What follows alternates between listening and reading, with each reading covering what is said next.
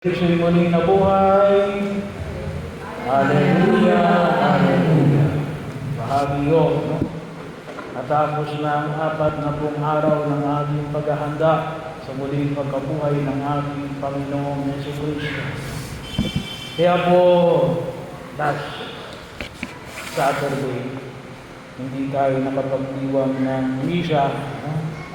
Sapagkat yung tinatawag natin Easter Triduum, yung 3 araw ng paghahanda sa muling pagkabuhay ng ating Panginoong Jesucristo. Yung Huwebes Santo, Biyernes Santo at Sabado de Gloria ay tanging ginagawa lamang sa loob ng pamparokya ng simbahan.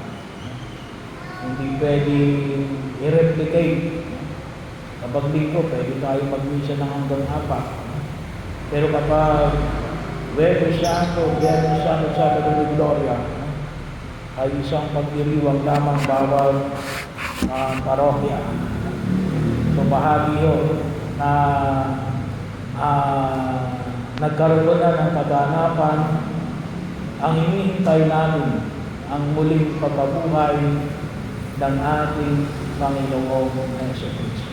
At tayo ngayon ay alin, nasa 2nd linggo na.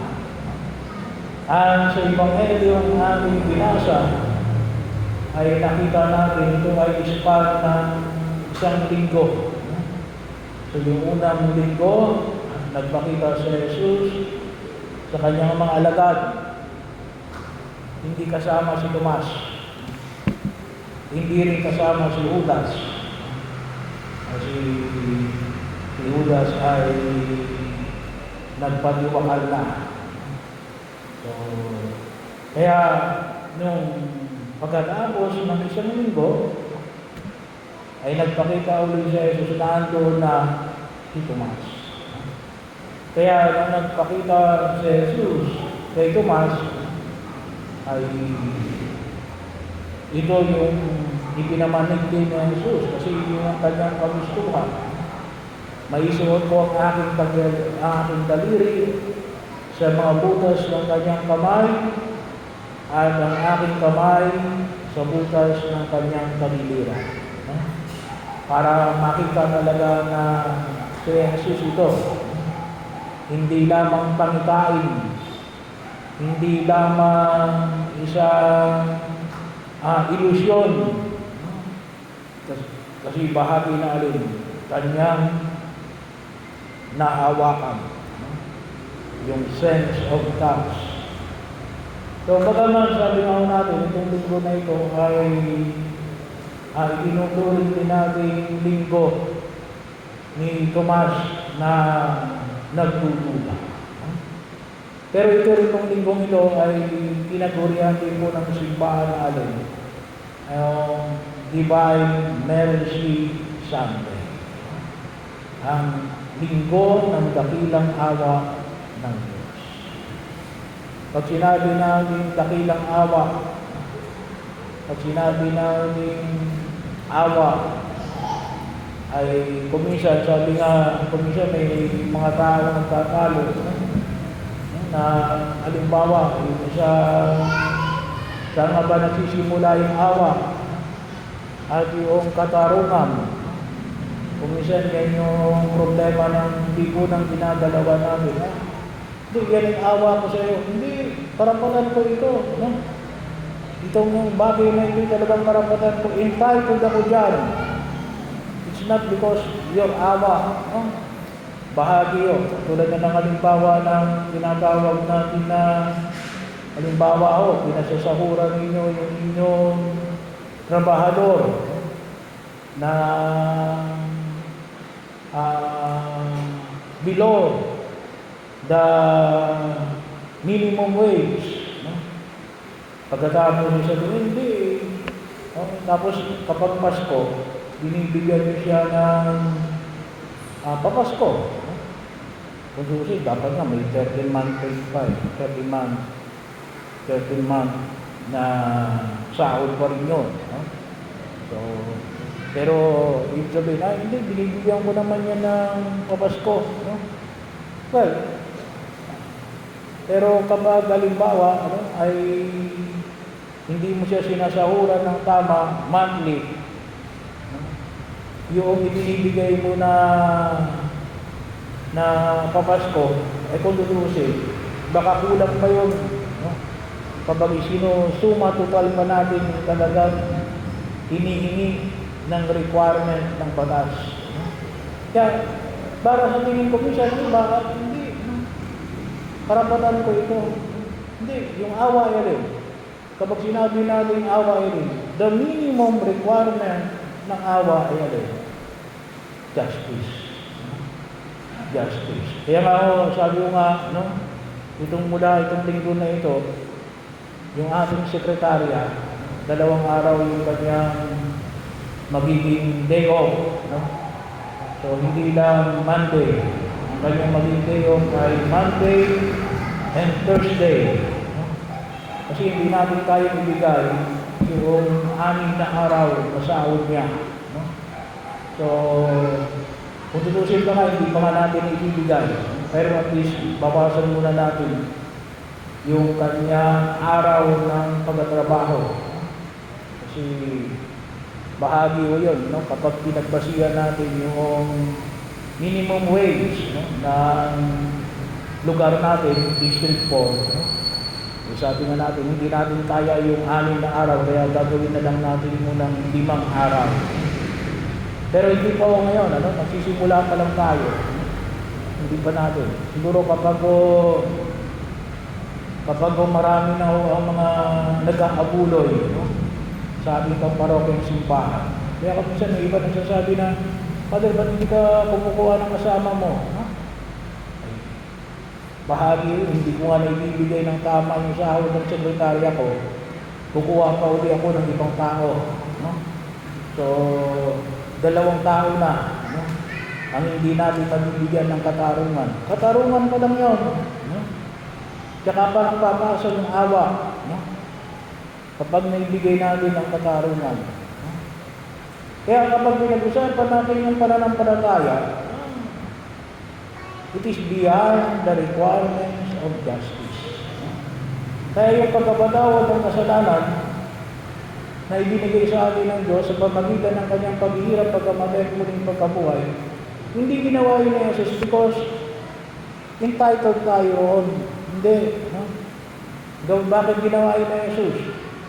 Out of His mercy. No? Hindi naman hinihingi sa Kanya. Pero bakit?